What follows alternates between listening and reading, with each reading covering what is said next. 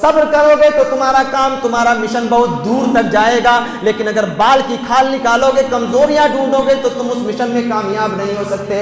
ہم حامل شریعت توحید اپنا نعرہ۔ ریح کا مطلب عربی میں ہوتا ہے ہوا، ہوا، اور دوسرا ایک مطلب ہوتا ہے طاقت۔ بعض عربی شعراء نے اس کو الگ الگ معنوں میں استعمال کیا ہے، اور ایسے بھی آپ کو ایک مثال دیتا ہوں کہ جیسے اگر آپ سڑک کے کنارے کھڑے ہوں اور کوئی تیز رفتار گاڑی آپ کے کنارے سے گزر رہی ہے، مان لیا کہ ٹرک اگر گزر رہی ہے، تو جب تیز میں گزرتی ہے، آپ کنارے کھڑے ہیں،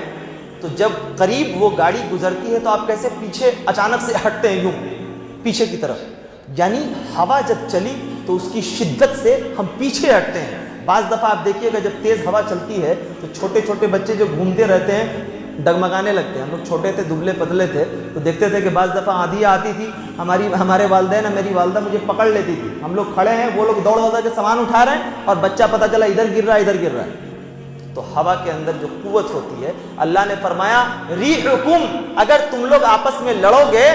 اگر آپس میں بے مطلب کا رسا کشی کا ماحول پیدا کرو گے، بال کی کھال نکالو گے، اچھا کرنے والے لوگوں کے پیر کو کھینچو گے، اچھے مشن کا ساتھ نہیں دو گے، قدم قدم پر کمیاں ڈھونڈو گے، تنقید کرو گے۔ کہا جاتا ہے ایک بات کہی جاتی ہے کہ دیکھیے، دنیا کے اندر سب سے زیادہ مشکل اگر کوئی کام ہے تو وہ یہ ہے کہ کوئی اچھا کام کیا جائے یا پھر اپنی اصلاح کی جائے، سب سے مشکل کام ہے۔ اور سب سے آسان اگر دنیا کا کوئی کام ہے تو وہ یہ ہے کہ آپ کہہ دیجئے کہ ارے یہ کیا کر رہا ہے، یہ تو کسی کام کا آدمی نہیں ہے، ایک لفظ میں کہہ دیجئے ہو گیا۔ تاج محل کے سامنے بھی کسی آدمی کو کھڑا کر دیا جائے جو ذہن کا بیمار آدمی ہے، تو بولے گا نہیں، یہ منارہ اتنا خوبصورت دکھائی دے رہا ہے، اس میں کچھ گڑبڑی ہے، تھوڑے اور اگر اس کے اندر پھول اگر ہوتا تو اور خوبصورت دکھائی دیتا ہے۔ اللہ نے فرمایا وَأَطِيعُوا اللَّهَ وَرَسُولَهُ وَلَا تَنَازَعُوا فَتَفْشَلُوا وَتَذْهَبَ رِيحُكُمْ وَاصْبِرُوا۔ اللہ اور اس کے رسول کی اطاعت کرو،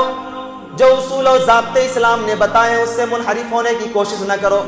اور فرمایا کہ آپس میں اختلاف پیدا نہ کرو، اگر آپس میں اختلاف پیدا کرو گے کمزور ہو جاؤ گے، تمہاری طاقت کمزور ہو جائے گی، تم لوگوں کی نگاہوں میں ذلیل ہو جاؤ گے۔ جب دنیا اسلام دشمن طاقتیں تمہیں دیکھیں گی کہ تم اکیلے ہو، کمزور ہو، نہتے ہو، لوگ تمہیں چاروں طرف سے تمہارے اوپر ٹوٹ پڑیں گے۔ آج دیکھیں پوری دنیا کے اندر اگر مسلمانوں کے زوال اور مسلمانوں کی پریشانی اور مسلمانوں کو قدم قدم پر جو دشواریاں پیش آ رہی ہیں، صرف ملک نہیں، نیشنل نہیں، انٹرنیشنل لیول کی بات اگر کی جائے تو اس کی بنیادی وجہ یہ ہے کہ ہم لوگوں نے آپس میں دوریاں پیدا کر لی ہیں۔ ایک مسلمان، ایک بچہ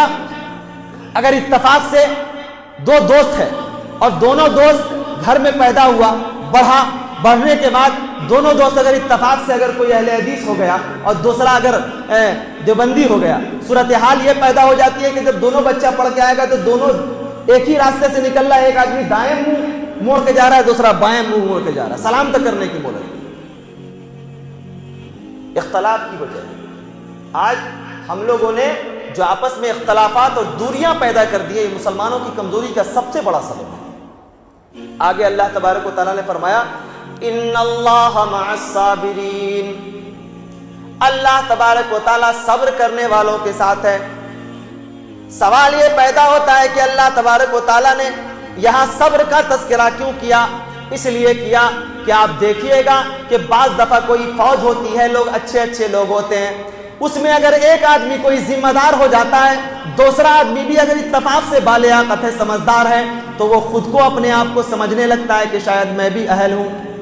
میں بھی اس عہدے پر کام کر سکتا ہوں۔ لیکن اللہ تبارک و تعالیٰ نے یہاں صبر کا تذکرہ کر کے یہ بتلانے کی کوشش کی کہ اے لوگوں، اتفاق سے اگر تمہارے بیچ میں کچھ اچھے لوگ ہوں گے، ذمہ دار بنا دیے جائیں گے، لیکن اگر تم میں کا کوئی آدمی خود کو یہ سمجھتا ہے کہ میں ذمہ دار ہوں، لیکن اگر وہ آدمی کچھ غلط ہو رہا ہے، کچھ کمی بھی ہے، تو تم اس پہ صبر کرو۔ صبر کرو گے تو تمہارا کام، تمہارا مشن بہت دور تک جائے گا، لیکن اگر بال کی کھال نکالو گے، کمزوریاں ڈھونڈو گے تو تم اس مشن میں کامیاب نہیں ہو سکتے۔